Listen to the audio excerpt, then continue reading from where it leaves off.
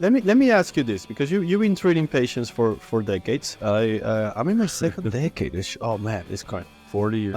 You've been treating patients for decades, and can you summarize what were your stages, maybe like decades? Well, how is your treating at the personal level of a patient?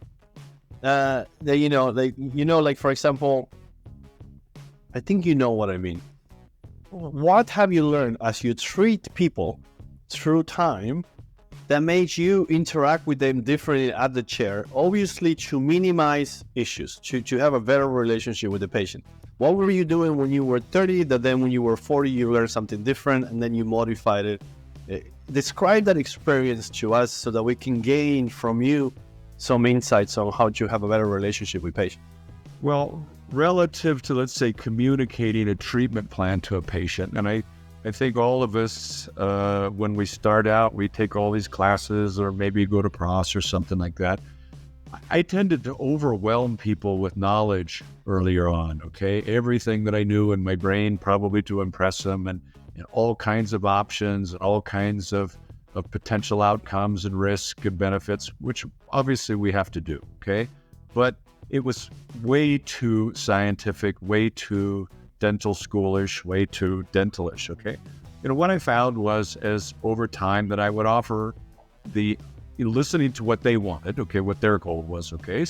And I would offer the minimal option that would satisfy their goal and give them success.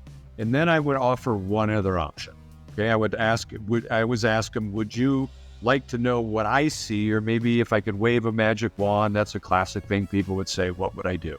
And then I would offer, the textbook option, let's say. So, and I would tend to only offer two, okay? What would satisfy their goal, then also two, what would be, textbook, professor, lecture options. So that was very helpful to get people to say yes, okay, relative to communication.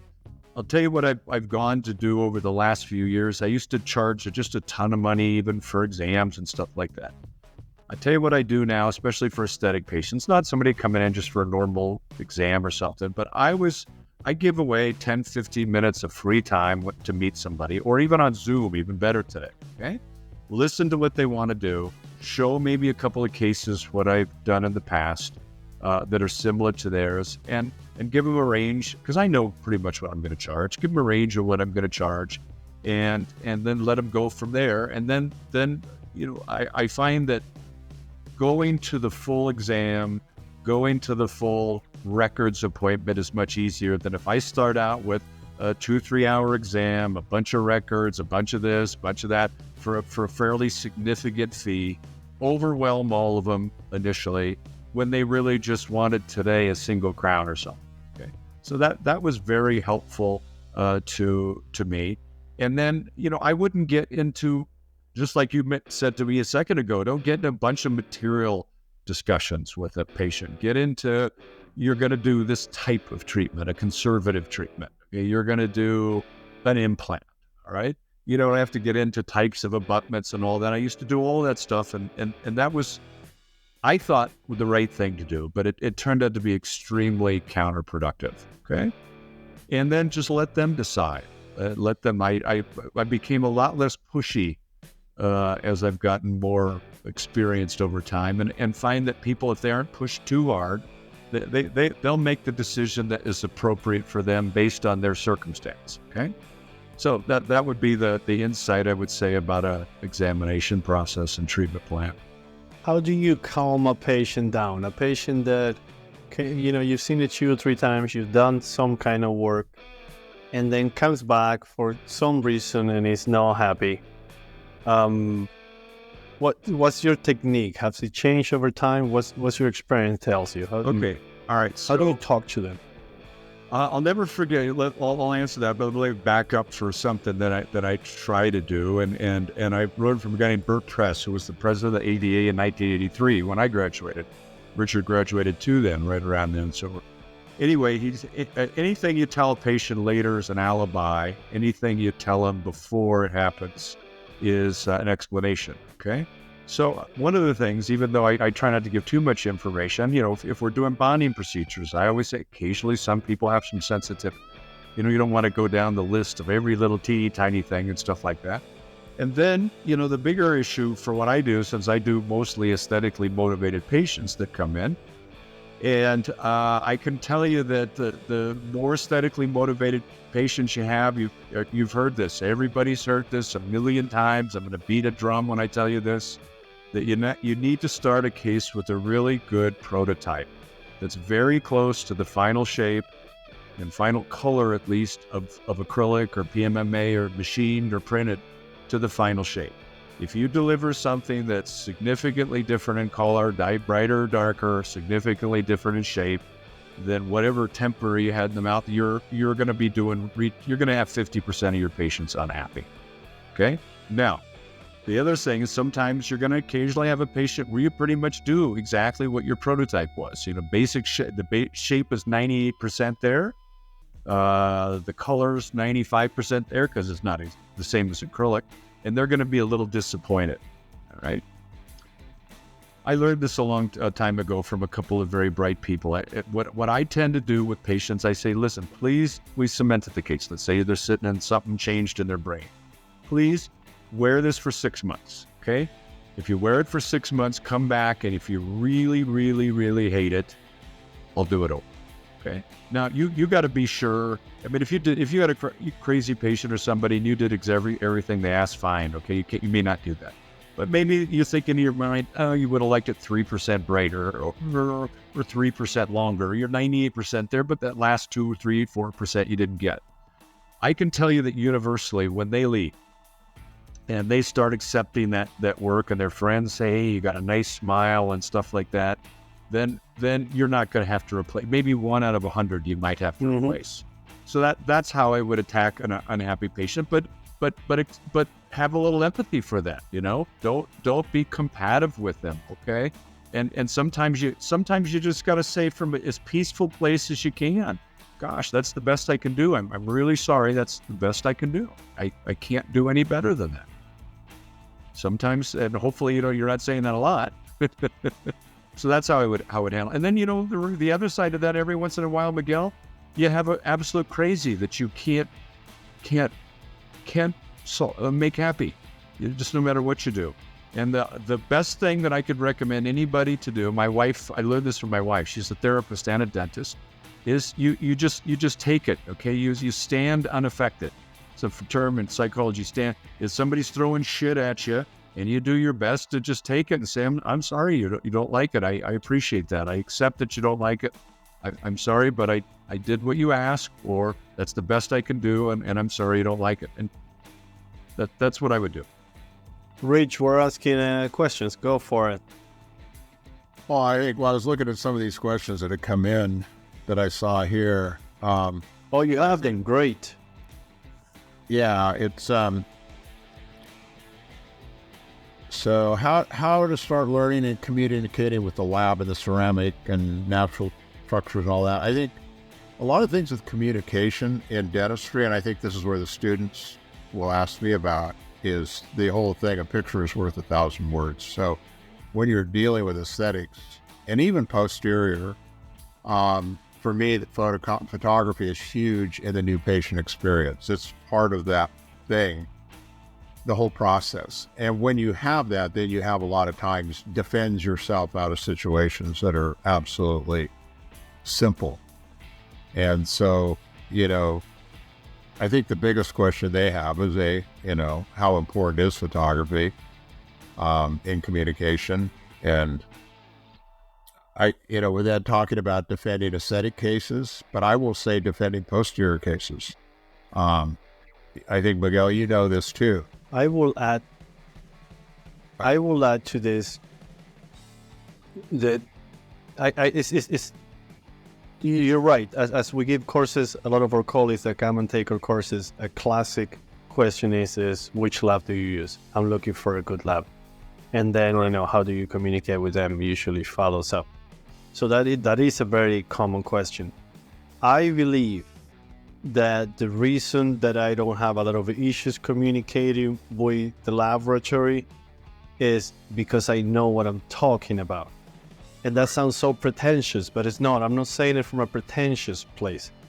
I'm saying once I understood materials, which is learnable, once that I understood implants, once I understood occlusion, which is learnable, you as a general dentist who is shaky on this concept, if you put 1 year, 1.5 years of your life, or even less, 6 months, and with reading and courses and papers, and you need some cases that come through your chair tube to use it. Like you can read and see all you want, but the reason I say 1.5 years is because you want enough cases also that so you can apply them and see if it's true or not.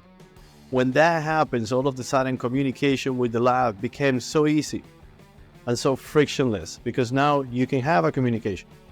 You can't communicate to a lab what you don't know. And I think a lot of these problems with general dentists having issues with communications with the laboratory is because they don't know what to ask from the laboratory. They don't know what to tell them, what to give them, what the options are.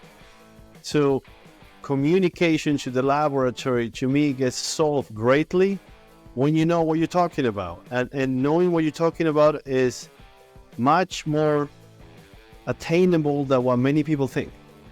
You can take any of the 3 of us classes of dental materials, and then you want to take it twice, and then ask him a million questions later. Within 6 months, you'll know everything about dental materials. And then you want to know about occlusion, you want to know about... So once you know this, communication with the lab becomes simple. So no, I don't see many people talking about that. It's hard to communicate when you don't know what you're talking about. Well, and we have, and the thing that's frustrating for the lab techs, it doesn't matter what level the lab is.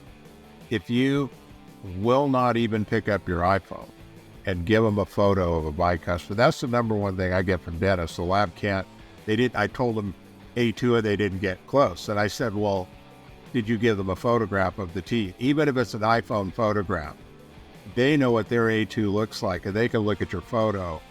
Otherwise, they're just throwing it up in the air. I mean, the shape of the tooth. Or this is the photo that the lab gave. Look, the lab gave this.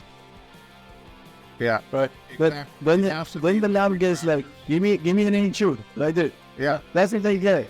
And they expect a perfect match. So the thing is put a shade on it. Well, we're just basics.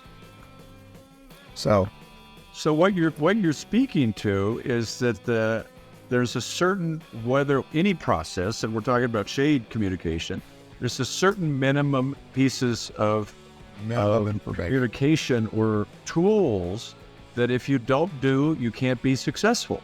Okay. And so I would recommend the answer specifically to the question.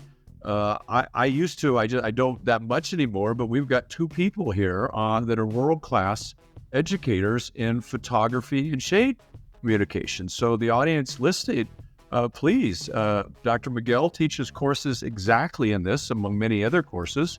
Please look at his course list. Richard, Dr. Young, teaches exactly this stuff quite frequently, actually. And speaking to Dr. Ortiz's point that you have to get the information. Now, there are several pieces that it's a skill set. It's a skill set to take a decent picture. It's a skill set to understand what's supposed to be in that image. And if you give that to a technician, that minimum set of information, that they're going to be right more than not. And the big frustration is that it's not going to happen magically. Okay, an A2 is not an A2 is not an A2. There's different. And when you learn how to take pictures, because this is what happened. I agree with what you're saying, and thank you for the plugin. You also have courses on this, and you were probably one of the first when writing scientific papers about this. I don't like my lab. What lab do you use? And I said, well, what do you like about it? I don't know. What comes back is like, I don't like it. I put it in the mouth and I don't like it. The veneers? Yeah, I did the veneers. Look, here's the picture, so my colleague will pull it. You see, doesn't look nice. Okay. How will you improve it? What is it that you don't like? I don't know. Right? Yeah. So if you don't if you as a dentist don't spend the time learning shape, anatomy, line angles, smile design, and things like that, you're always going to have that problem, because communicating with the lab means I don't like it because you see what you're doing here. I would like you to do it differently. Can you do it differently? And the lab might say yes or no. And then you have an exchange. And that is communication with the lab. I actually had this 4 days ago. My brother owns a lab in Spain, Ibiza Dental Lab. This weekend I was in Spain because my mom was having surgery, long story short. I went to the lab and I was bringing cases back with me. So I opened them out, a bunch of like single unit posterior implant crowns. And the technician who I know, who's also a friend, I know him for 20 years, I said, hey, let's sit down. See this here? This doesn't look like a molar. Right? It doesn't look like a molar. You have a first molar on the posterior where your central groove is 20% to the buccal and the lingual triangular ridges occupies 80% of the occlusal table. This is not how it is. It's supposed to be inverse. You see this line angle? And that's communication. That's like, if you don't like something, and I say, look, when you do it, you see your emerging profile? I would like you to do it differently. But you can't communicate with a lab if you don't learn it first. And it is learnable. I'm not bragging about what I know. I'm actually trying to encourage people that information and knowing is not that far away. If you really go deep the first, the next year or two, you will learn most of the things that then for the next 20 years make your life so much easier. It's such a worth investment. Well, let me summarize that, because we got the man, the myth, the legend online here, and we gotta get interviewing in with him. Yeah, well, in many different names. I'll give it a second. But so to the audience that's watching out there, okay, there are some amazing resources for you. We're talking about shade taking, shade communication. Please look at those. Then I would tell the dentist and the technician and the ceramist out there, we need to get back to the point of you're a team, okay? Just like your periodontist is a member of your team, your implant surgeon may be the same person, your hygienist, and I would take classes together. Go to a class from Dr. Miguel. Go to a class from Dr. Young. Go to a class from the digital MacGyver we got on here as a team, and learn those techniques as a team. And trust me, after you do just one course together and follow a couple of the techniques, could be from Matisse, Marwat, as I believe, could be from Sasha Hine. The name of the program escapes me right now. Somebody help me. Bioemulation? Yeah, the name of the product. It's. And now you may be blank on it. I got a card here. Yeah, it'll come back to me. Okay, and do that. All right, so let's move on here. All right, everybody, I'm super excited. We're at the interview portion of our show. I'd like to introduce somebody that's become an amazingly close friend and honestly the best collaboration personally I've had in dentistry since I've been in dentistry about 40 years. Jed Archibald, I think I got so many fun names for him. I call him the Prime Professor. I call him the Warlock, because the guy reminds me of one of the Die Hard movies. Let's see, what else other fun names do I have for him? The Digital MacGyver. And then I think we're going to do a Western. Many of you know I do Westerns. He's going to be Jed Cassidy, and I'll be the Sundance Ed. And we'll find something for you guys to do in the movie, because I actually wrote a script for that. Started anyway. But anyway, Jed he's the most talented person that I've met, certainly in the lab space, both with his hand skills, but with his basic digital understanding. In fact, I think he could hack NORAD if we needed him to tonight. So I've asked him to come on, and as you've seen the flow of this program, 1 month we're doing somebody from the lab space and 1 month from the dentist space. And so I wanted to bring Jed on. And my collaboration with him, he's really the guy that got me to trust digital. I've been using, obviously, zirconia copings for a long time, but I've not been happy with what I saw in the printing space. I wasn't all that happy with what I was seeing in the machining space.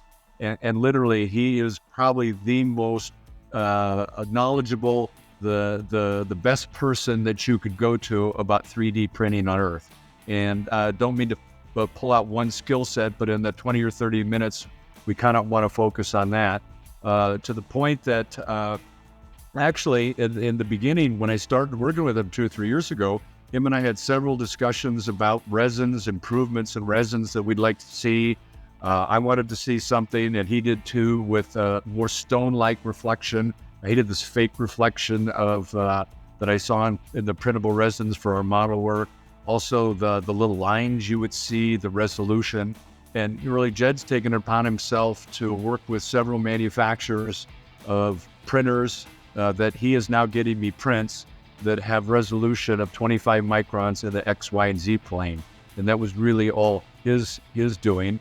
We were working with a couple of companies to help develop a couple of resins for us. They completely dropped the ball, and Jed picked it up, and really with his own dime and his own money and his own time. I've given my 2 cents worth, what I would like to see, but he's going to share a little bit on that for a resin he's developed that I really believe everybody should be using.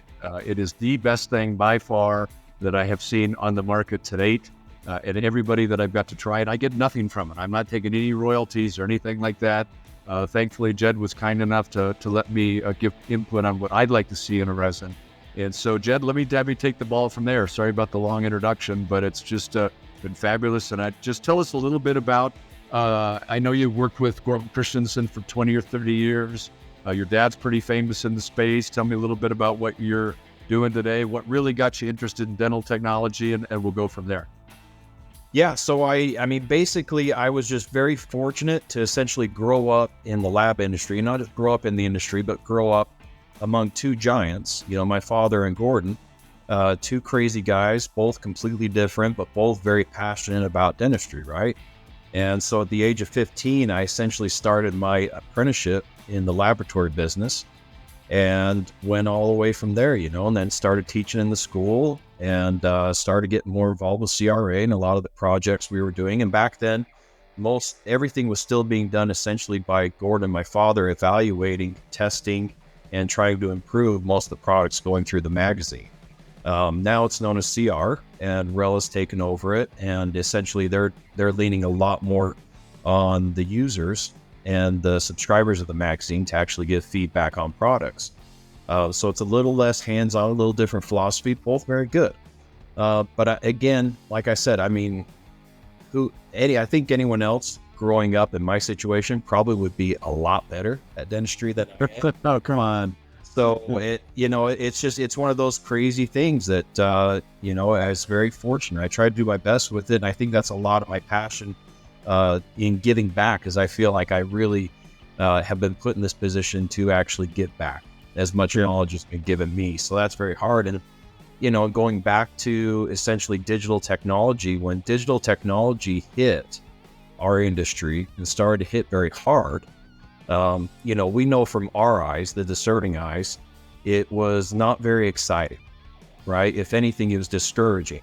The only good thing is it was introducing a bar that people had to, if they couldn't pass this bar, then they better get out of the industry, right? It was a low bar, but at least it was a bar, right? That kind of weeded out a lot of the riffraff. But again, I think when a lot of us looked at it, a lot of us didn't want to embrace digital technology because we were looking at the magazines, we were looking at the lectures being done, and we were just thinking, man, this is not impressive. This is garbage.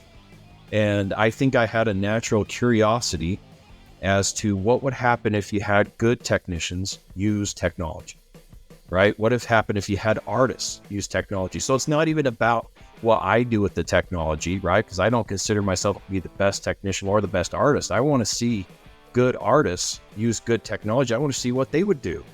And I think it would be absolutely fantastic and inspiring. And that's where I think my relationship with you, Doc, has been really cool. Is you are a fantastic artist, you're a fantastic educator, you're fantastic everything, right?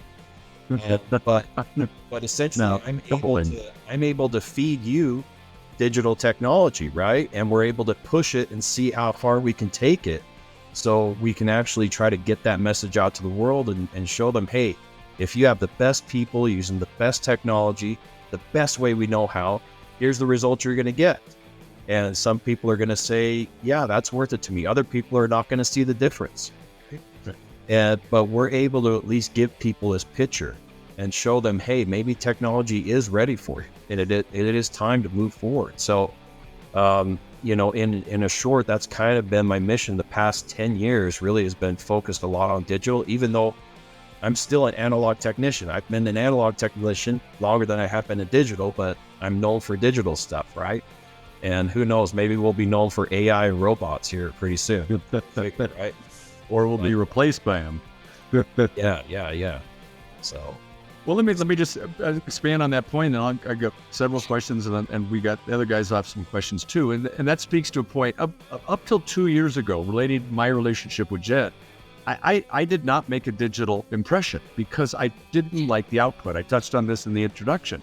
Since the last 2 years, I have not made a physical impression. Jed's output in his understanding and the partnership, and that was a challenge for me. I was the type that had to do everything myself. I just didn't trust anybody. Now I completely trust Jed, and this speaks to our level of communication. The digital partner, he is more important to me than anybody else on my team. Okay, yes, whoever I send the perio to, great, they do a great job at endo, but the finished result ultimately comes down to mine and his input, and I let him guide that. I really let him guide how I'm going to treat a case and send it to him, so he can give me where I can pick up and do my little tweaks and stuff like that. So Jed, what I'd like to ask you relative to what I just said there is what would you say to, let's say, somebody that's been dabbling, which a lot of dentists have been dabbling. I know technicians are deeper into it. What should they have today, and what should they look in the near future should they be looking at to be able to create the kind of work we're doing together, let's say? Yeah, so I think the most important thing is that dentists, they need to make sure they go at their own pace, that they don't feel like they need to keep up with other dentists or keep up with technology. I think it's really important that dentists make sure that they keep their overhead low. They're coming out of school with just ridiculous debt. They're buying an office or buying into an office, and that's doubling their debt out of the bat. They're married, and their wife thinks they married a doctor, and they're making a doctor's salary, and they won't for a very long time. So I think it's really important that they just go at their own pace. PVS is fantastic, and it's affordable, right? But when you do have the funds, and when you do have the function to be able to actually bring in some stuff, a scanner's fantastic. There's some really affordable scanners out there. And from what you have shown, and I'm sure you've talked about a lot, is really as you increase the price of a scan, you're really just increasing the speed. That's not necessarily increasing the accuracy, right? So you can get into a very budget-friendly scanner these days and get very high-quality scans. That's not a price point. And then the other thing I would bring in would be a printer. And then the very last thing I would bring in a mill. Because most likely if you're going to bring in a mill, a CEREC machine, for instance, you're going to be using it for your insurance type crowns, your single posteriors. And if you start doing the ROI on your insurance crowns, how long it'll take to pay off that mill, it'll be a very long time. It'll be a very long time. So that's the very last piece of equipment I would bring in. The scanner and the printers are going to be very budget friendly, and you're going to be able to kind of dabble in technology without being completely married to a new machine and a new business plan. Right. So those are the two things I would look at. I wouldn't say you have to have them, because you don't. There's lots of people around who can help you. Outsourcing is fantastic. It's a great tool to have as well. So basically what you're saying, the first tool to get, because what I hear you say is as soon as you can afford it, is a digital scanner, okay, intraoral scanner. And then looking even before that, find a good digital partner. Then that's the first investment you should make.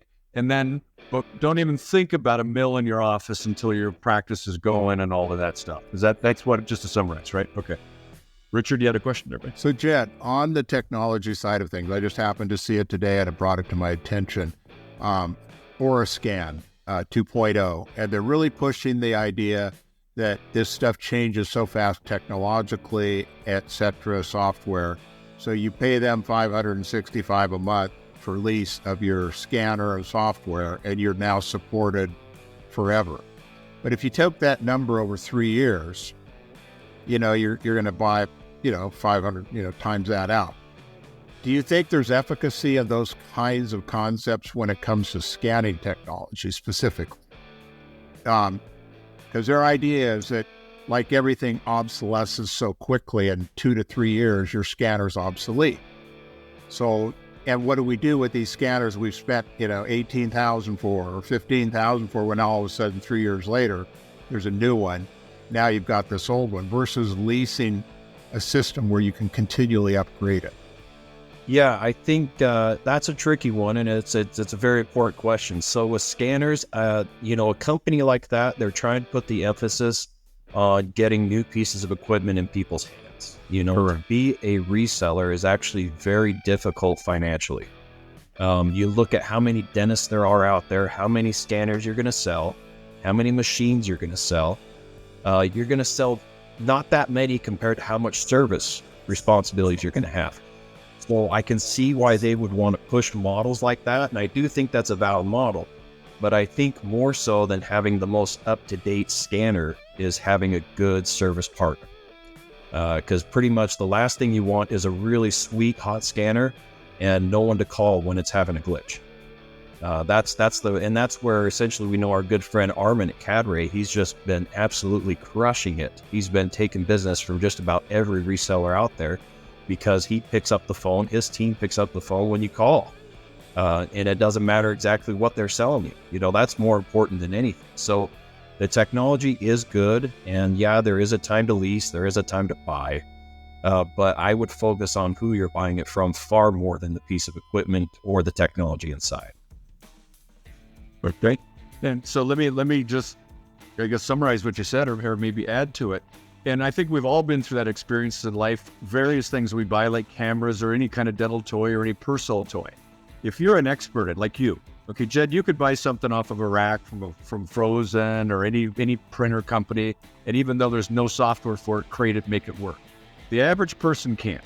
So the most important thing, especially when you're getting into a technology, is to look for a company that gives you the proper training and service. Like a Cadre, not to sell Armin's company, and you're going to pay a little extra for that. Or for the photography space, like Photomed. If you know everything about photography, like Dr. Ortiz here, you could buy from any online place and put the pieces together. But when you don't know how the pieces integrate and then how to apply it, then you got to go with a partner. And that's why this is the same relationship I have with Jed. I know digital, okay. In my brain, I understand the concept. But like today, I'm trying to mill something, and it's like my computer's frozen. I'm sitting there for 10 minutes pulling my hair out. I get the digital MacGyver on the phone. He's playing in my brain and a computer, and I'm watching, and all of a sudden, it's milling fine. And that's just from an expert to be able to do that. So it's the same thing, exactly, Jed. So sorry for the long-winded addition to what you were saying. No, I got to check out. Oh, I think that's perfect. Okay. Yeah. All right, buddy. We'll see you later. We're going. We don't hear any echo. See, I've got it right there. You can sign it off. I'll catch you tomorrow. So yeah, he's got an emergency patient apparently. Okay, so great. But Dr. Miguel, you've been awful quiet there and looking very intent. I'm sure you got a couple of questions for Jed. Oh, I suck. My personality sucks. I hate myself. I do, because I've never met Jed, and I'm about to disagree. And it sucks, because my wife will shut the fuck up right now. She's like, shut up. She's just, you don't have to give opinions for everything. No. You have to, you have to give. No, okay, so we'd love to have your opinion, okay? And we'll say what you disagree. So this is where I'm going to come from on the million last, because it's too expensive and the ROI is not there. I can tell you what happened to my clinic, and I can tell you what happens to several clinics that I recommend that you buy as a milling and not a scanner, or just a scanner. I believe that going from not having a scanner to having a scanner barely changes anything that you do in your practice. And I believe, and I'll share some numbers with you, that what really changes your practice and your life as a dentist is having a milling unit. We can argue that a printer will replace the milling in the future or in the present, but anyways, the capability to finish your restoration right now. So it does several things. The first one is I'm going to finish that restoration today. So instead of having 10 patients a day, 5 of them with an impression that somebody needs to package it and send it to the lab, and I have to temporize, and then that patient has to come back, and my team has to follow up with the lab if the case is back. And if the case is back, the case has to sit, and if it doesn't sit or an open contact, it has to go back. And the patient broke the temporary or swallowed the temporary, and will call you to make a new temporary. All that is money. Okay? So number one, ROI, the fact that I get to see 5 patients instead of 10, the restoration is done today. I collect today. So I have half the billing department now trying to collect from people, sending checks, emails, like pay me, pay me, pay me. That's one aspect of it. I don't have to worry that my restoration ever is not going to fit. If I have an over margin or whatever, 11 minutes, I mill another one. So it reduces a lot of stress. There's another hidden component to the monetary of how expensive the milling is. And I have this plot in my clinic. Before I bought the milling, I'm a periodontist, but I do a little bit of everything. I do fillings and everything. I was doing 60% direct, 30% indirect, and the other 10% is like weird stuff. Whenever I bought the milling, that completely flipped. Now I'm doing 60% indirect, and I'm doing like 30% direct, and the money difference on that is humongous. Why? Because now, what it was going to be a large MOD, I'm milling that. That's what we're doing right now. But usually you don't send that to the lab. That's little weird shaped stuff. You do a filling on it. So you do $300 versus whatever you charge for an indirect. What it does to the amount of appointments that you need to confirm, the amount of patients that come in and out of the practice, your peace of mind, revenue goes up. Life gets better when you have a milling unit or a printer that can finish a restoration the same day. It's just like you're less tired, your clinic runs better, patients love it better. You are booked for one indirect restoration or direct restoration. One direct restoration. If you think that the hole became bigger, you should stop, snap a regular picture, show it to the patient. You said you need an indirect restoration. And in my clinic, most of the time what they ask is, can you do it today? I'm like, yeah, same amount of time. I just can mill or finish it up. And that triples the production. So just thinking that you're not paying for a lab and you have to make the ROI or not paying for the lab is the wrong way of looking about it. Your entire clinic flows changes for the positive, and it's just changing direct to indirect and changing the amount of patients that come and the temporaries that you don't make and everything that I spoke. Revenue skyrockets, and with that 7 to 10 year loan that you pay $2,000 a month is completely payable. So I want you guys to think about how it makes the life of the patient easier. The scanner alone doesn't remove the lab and the back and forth and the double appointment and the extra stuff. The milling changes the game. And you don't have to know how to finish restoration. You can teach your team and they finish it for you on the side. So that's my point on that. Kind of like different way of seeing it. These are the numbers of my practice. My wife, who is a music major, but wife of owners of practice, runs the practice, right? She can tell you that the milling was the best investment we did, to the point that I have 3 of them within 2 years. So Jed, you're going to say something? I have to say something. Yeah. No. And I really appreciate you, Dr. Ortiz. I really appreciate you, because that's a super valid point. I think what you're most likely experiencing is it's not the normal. And you can see that by how many offices are still buying mills. But you're also a very educated and trained dentist. You're not just a prosthodontist, you're also a technician, right? So you know how to do these. So when I look at it, what's the barrier to entry? Not just financial, but education, right? Dentists coming out of school right now, they're just thrown to the wild. They don't even teach technology in schools anymore. And so what's easier to learn? Dental technology or scanning? Scanning's easier. What's next? Design. That's where you get into printers. You need to know that before you start milling. And then you get into the mills, and then you need to know how to mill. So it's about how much is the dentist going to need to learn, and what is he going to need to be able to absorb and actually bring in. So You did a lot of your education up front, so it was much easier to bring in. I totally understand that. Do you know how much it costs to mill a restoration? What do you want me to put into it? The cost of the milling and the block, or what do you mean? Well, if a lot of doctors don't understand that the cost of the milling the restoration is actually a lot higher than they would estimate.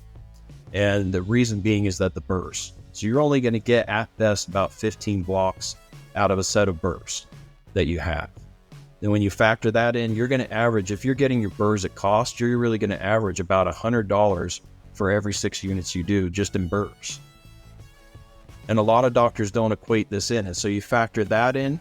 But the math still works out to the positive, because when you deliver the same day, you cut one appointment. And one way of looking at ROI is chair utilization. So when you run your chair utilization, you can know how much a chair costs you per hour. And when you know how much a chair costs you per hour, when you cut your appointments in half, you're making a lot of money. But the hidden gem of what I said before is your direct to indirect will completely flip to the point that your revenue goes higher, not just because you're paying or not paying for the lab, but because if before you were doing a year 100 crowns and 300 fillings, next year with the milling, you're doing 180 crowns and 120 fillings. And that's the difference that makes the revenue go up. How much indirect you start doing because you were doing too many fillings that were supposed to be indirect. And now you can do them, and then you can show the patient. And your revenue goes up beyond the exchange of how much it costs you to mill versus the lab.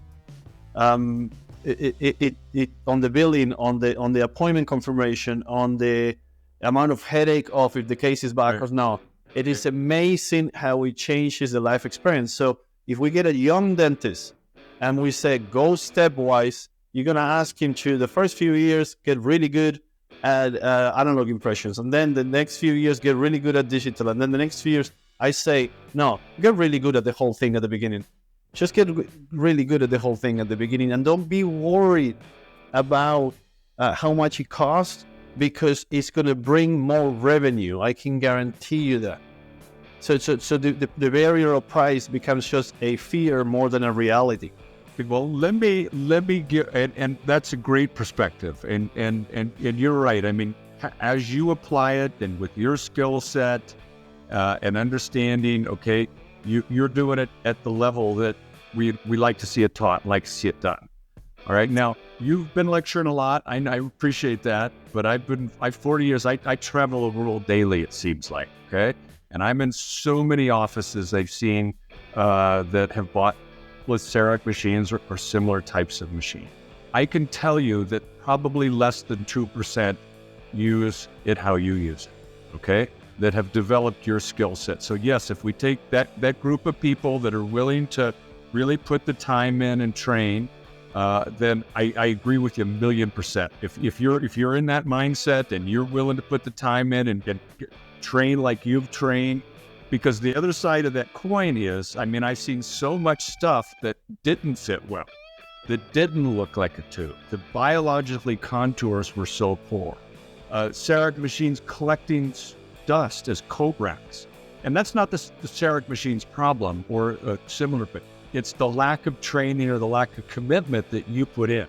So we're just being real clear on that. Now, to enter the space where I would say, I agree that I wouldn't want to learn analog for 4 or 5 years in digital. I would start right away with a digital impression, okay? I would not even, I'd throw physical impressions out of dental school today, to tell you the truth, okay? Get people going there. God, you could buy a used Medit for $3,000, okay? Just get them started. And then when they start adapt that, maybe it's a month, maybe it's a week, maybe it's 2 years, and they're willing to make that time commitment to really do a good job on the CEREC, like you do, okay? And you've made a major time commitment to learn that. Now that you've made the time commitment, it's paying off well, okay? For many reasons, okay? But so few are willing to do that to start that they need a digital partner. And I would say there's another way to do a one-appointment dentistry in the beginning. Is you have a digital partner that's close, you scan, you send it to them, they machine, they fin it to a printed model, and they deliver it 2 or 3 or 4 hours later. I think that's a very possible thing, okay? So I think we're in agreement. Done correctly, it's phenomenal. The problem is getting people to do it correctly. And in the beginning, absolutely you need a digital partner. And then a bigger case, okay? You got a 6-unit case. God, I see so many posts. I have not seen a dentist post a 6-unit or bigger case, except you. Give you credit for doing it, because you're a technician too. But a dentist post a 6-unit case that I would have passed in my dental students. I wouldn't have passed it with my dental students, okay? For lots of reasons. It's just too complicated, or the lack of energy to put in, okay? So this is why we're speaking about a digital partner to do. But I think we're all on the same page. We want. I agree with the digital partner. I on my side, it's Patterson, and every time I pick up the phone, you better come and figure out why this thing is not working. And I agree with that. Yeah, on the digital partner, 100%. Okay. Well, Jed, okay, coming back to some fun things I like to ask. So, what do you do? I know you're like into racing and cars and stuff like this. Other than dentistry, a little insight in what drives you today. Today it's work. It's work. I mean, you can see I'm pretty pale because it's snowing outside, and right now I got both my boys in baseball, and we're coaching them. So we pretty much we have a game Monday night, Tuesday night, Wednesday night, Thursday night. We have games almost every night, and so I came right from a snowstorm out in the game, and so I'm a little frosty right now. But so right now, kids, family, baseball is everything. But I've been really fortunate to kind of live almost like a few different lives. I've had a good life where we would race dirt bikes, and I still love to do that if we get out. And it's not the motocross stuff. It's more either the desert, or they call it enduro. So if you look up World Enduro Championship, it's more of a European circuit, and it's a lot more technical, and there's lots of nuances to it. So of course, I'm gravitating. Is that like the Paris Dakar? No, that's endurance. So the World Enduro is going to be a lot more through the woods, trees. You'll have sections like Dakar. Desert racing is like Dakar, which is really cool too, but that's kind of a different animal altogether. It's a lot more about guts and who's willing to risk just holding it wide open, even though you don't know what's in front of you. Whereas the World Enduro Championships are a lot more about technique and technical ability and finesse and things like that. So that's definitely something that's fun. But then before that, we actually used to build rock crawlers, which are what you take down to Moab and rock and roll over the rocks and stuff. So we build them from scratch with little dune buggies. We would start with roll cages, and we figured out a lot about suspension and tuning and all kinds of stuff. So tinkering's always kind of been in my background. And the other thing I loved was golf. I still love golf. I'm still fairly good at it. It used to be something that looked like it was going to be a career path for me, but I got to have back surgery when I was young. Oh, wow. So about 17, I had pretty serious back surgery, and that pretty much took any college offers off the table. But luckily right now, I golf, and usually I get called in to kind of be in for scrambles or some type of a ringer type situation. And I dust the old clubs off and go out there and hit them. So yeah, I got lots of hobbies. I wish I got to do them more. You're an inspiration to me, Ed. You get to go do a lot of hobbies and travel the world. So hopefully I'll get there one day, and we'll get to do that. Well, I'm not as rich as Dr. Ortiz. Who's treating a lot of patients all the time. Jed, maybe you can help me with this. I think we touched about this a few chapters ago with Ed, or maybe I should talk to him about it. I noticed that I have the CEREC, right? So when I stay within my system and I send it to the mail, the results are great. The fitting is great, blah, blah, blah. When I export to the STL and then I send it to a lab, what they open in Exocad or whatever app they're using doesn't seem to have the same resolution that I'm seeing on the screen. All of a sudden, the margins that are super clear on my screen, they're not as clear on the STL that they have. My theory is that the scanners are amazing, but compression of files is not.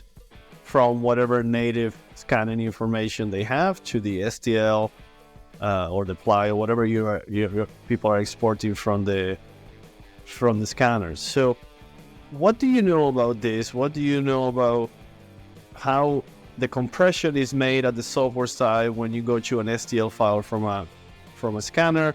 And are we now doing what we did with MP3 music, that we had music that used to sound amazing, and then MP3 came along and chopped all the wavelengths and compressed it all up, and we lose quality on the exporting side? Am I onto something here, or am I crazy? You know what? You're 100% correct. You are onto something, but on the same time, you're not. So yes and no. What you are seeing with your Ceric system, that is exactly what is happening. They are compressing and degrading the file. And their motives behind that, it's pretty hard not to think that they're doing it to make sure that you have a little bit of a worse experience reaching out to the lab versus staying in network, so to speak. Because you use that with any other system, you don't have that. So that's not happening with like 3Shape or whatever. It's a default function of the Ceric system of Densplice, so to speak. So as soon as you go anything outside of network, they actually degrade the file and make it worse on purpose. Okay, So it's just that. those devious bastards.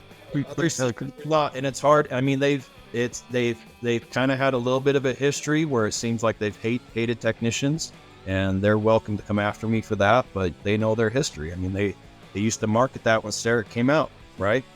They used to tell everyone you wouldn't have technicians, and this was 20 years ago.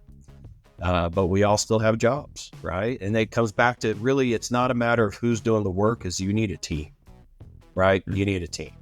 And that's what a lot of people are missing. A lot of people are getting sold a bunch of equipment, and they're essentially being told, hey, get TurboTax and fire your accountant. Yeah. And that's not what you need. When you're successful, you need a team. When you're slow, sure, do everything, but you need a team. So, but that is an unfortunate factor of the Ceric system. And it does limit things, unfortunately. And there is a pretty good price point to jump into the Densplice system if you are a laboratory. So it's a big commitment one way or the other. Okay, well, we got the answer to that. So, Digital MacGyver, sir, Prime Professor, fill us in on what you're doing in the resin space. I know I talked about it in the introduction, but again, anybody, if you don't like the resins you're working with, or you're new to this printing space, reach out to Jed. Jed, share with us how they can find you, reach out, and what we can add QR code or your or any information you want in the show notes, but update us on where we're at. Yeah, absolutely. Thanks, Ed. This is something that we've been passionate about and trying to pursue for a long time, right? Is where can we find better stone-like resin? Where can we find better high-resolution, accurate printers out there? Unfortunately, when we look inside of dentistry, all the printers that we use inside dentistry really are functioning anywhere from a 50 resolution all the way up to a 95 resolution. And that's the standard. And that's just not going to cut it. That's fine for removables, but we know for fixed, we really need to have a target under 50 if we want to achieve 50 in the end. So that's where we've had to actually go to our hobby printers, or they call them the popcorn printers, so to speak, right? Because they have the little popcorn hood that you take off. I call them hobby. And the thing is the guts inside and the hardware inside is actually fantastic. And it's actually better than a lot of our dental printers.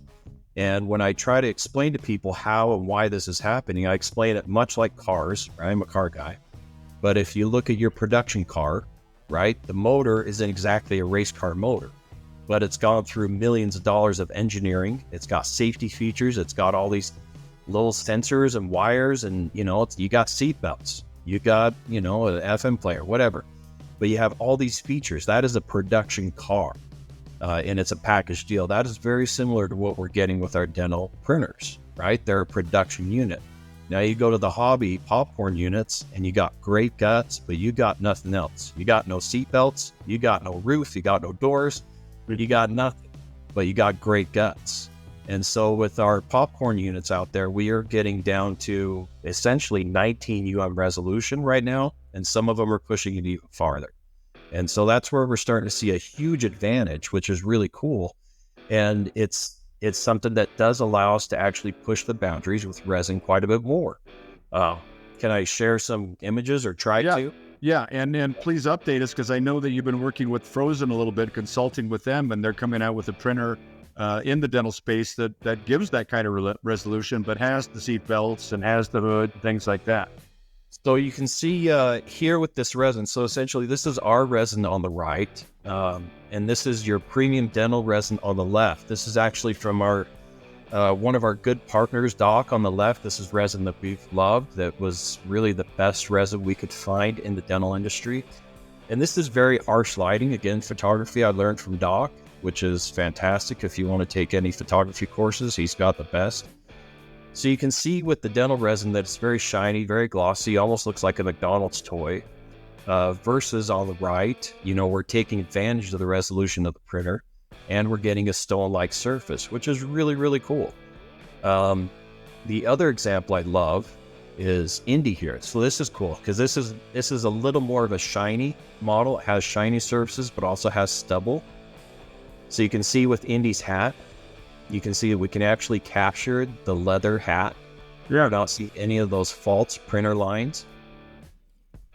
But so that's a combination of better printer and the resin you develop. Yes.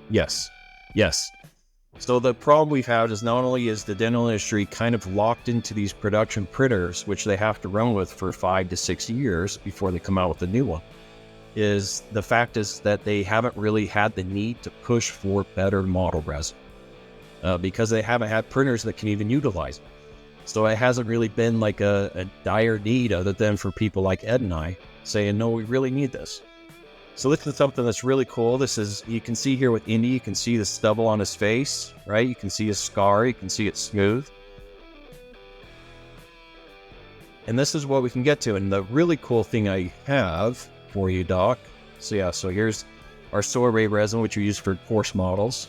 And I'm just going to flip through here because this is, all right. So this is what we can achieve. So if you look at this image, this is actually scanned image. So we've scanned in high resolution your wax up, Doc. So this is your wax up of Fernando.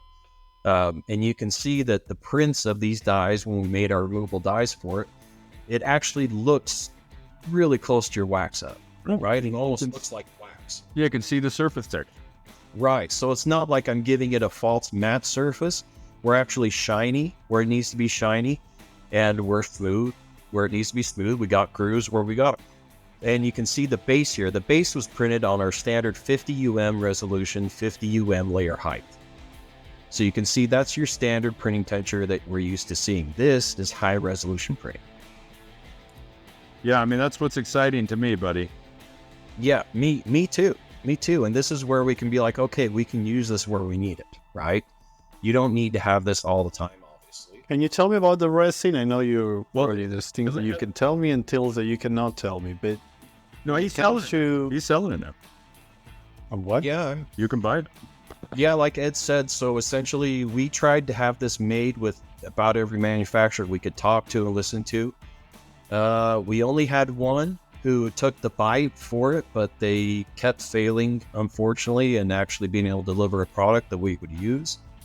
So it came to a point where I was able to source raw resin. There's lots of resin manufacturers out there, and I'm able to add essentially other additives and color to give us properties that we need. So that part of it is pretty cool. So it's essentially, I'm kind of like a chef going to the farmer's market, buying groceries, and then making you a fantastic dish. That's essentially what are the properties that you were looking for? Like when you were putting these ingredients in it, what were you looking for? Well, we're good. What I want to give you guys essentially is something that has a stone-like finish, right? It's going to give us a stone-like finish so we can actually see texture. Print that can actually give us a really high resolution. There's a lot of resins out there that just won't really accept or do anything better when you introduce high resolution to it. Has that to do with viscosity, or what is it? It just has to do with some of the properties inside. Sometimes it's just some of the additives they have. They want to add a little translucency to the resin so it prints a little faster. And sometimes it will be the viscosity as well. So, but usually it has to do with they're adding a little bit of translucency, usually about 20 to 30% translucent resin, which really is just devastating for our optics. but it also does hurt when it comes to getting good resolution out of our prints. Can you go back to your first? Well, Doctor, go back to that for just a second. I want to point out something to Dr. Ortiz, the audience. So again, you can see here, this is where you get that glossy surface. So even if I use this resin on a high resolution printer, it still comes out with this glossy surface, and then a lot of the details start to kind of melt. Is that the translucency that you're talking about? Yes. Is that what gives the glossy? Yes. But if we look at this under the microscope, and if you print with both resin with a high resolution printer, not to the eye, but to reality, with both of them, will we get high resolution printing or not? No. So the bad resin kind of like loses resolution, even though the printer is high resolution. Yes, 100%. I mean, you got to think that compared to light curing composites, right? You're dealing with a fixed shape when you're light curing a composite to a tooth. But when we're talking about light curing a bath of resin, it really is determined by optics. And so the only thing that's going to stop that light is the opacity of the material, right? Versus any little light that's shining into that vat, it's going to essentially kind of bleed. Oh, so too much is curing when it's translucent. It's creating almost like a fuzzy edge, like a bleeding surface. So you have the image that's going into the vat, but there's a bleeding of that light wherever that sharp edge is. There's a bleeding of that light, so it actually kind of blends and melts and kind of gets a little fuzzy. Interesting, I see it. Like softening your wax with a little torch. Exactly. Or with my grandma's panties. Now, the other thing that to really mention is, and one of the things that when Jed was asking my opinions on this, I said, I really would love to see something that's not fake reflective. And look at that surface. It looks like the surface of a real tooth if you dry it. Okay? Yeah, if you dry it, but at the same time, it looks like wax, but it's shiny where it needs to be shiny, right? Because that's one of the things that's interesting about our stone models is everything is matte.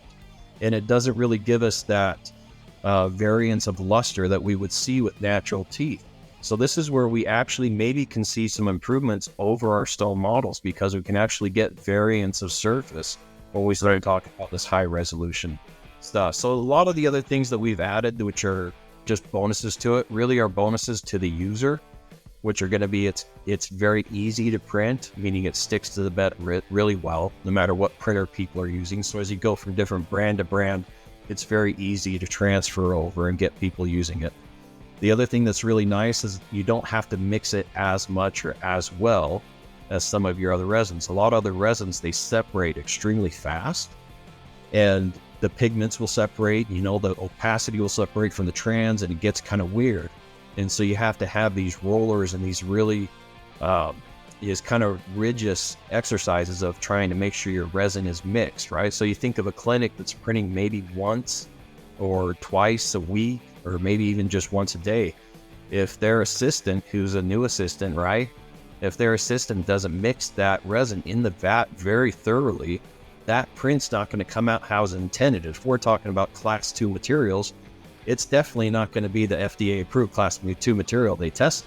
It's going to be a different material altogether. So mixing is very important. That's one of the things that's great about this, is it's very friendly to mixing. You mix it once and it stays mixed for quite a few days, and it will just avoid any type of distortion. It'll avoid any type of misprints and things like that. So it makes it very easy, just because a lot of people doing the printing still getting their feet on it, right? This is still kind of new technology to them. Well, Jed, so this is just amazing, and that's why I wanted to have you on, and it's been such a pleasure, and because I know we're getting a little long here, and I promised to get you out by now, so that's great. Please tell us, do you have a slide that people could look at right now that shows how people could contact you? Because this is on the market, ladies and gentlemen, and I would strongly recommend, especially if if some of those issues you have with resins that we all three have here, please look into this. Okay, there we go. Yeah, right now, feel free to reach out to me. A lot of people can find me on Facebook, or they can email us at archibalddigital@gmail.com, and we'll get them set up with an account. This is essentially how we're selling it.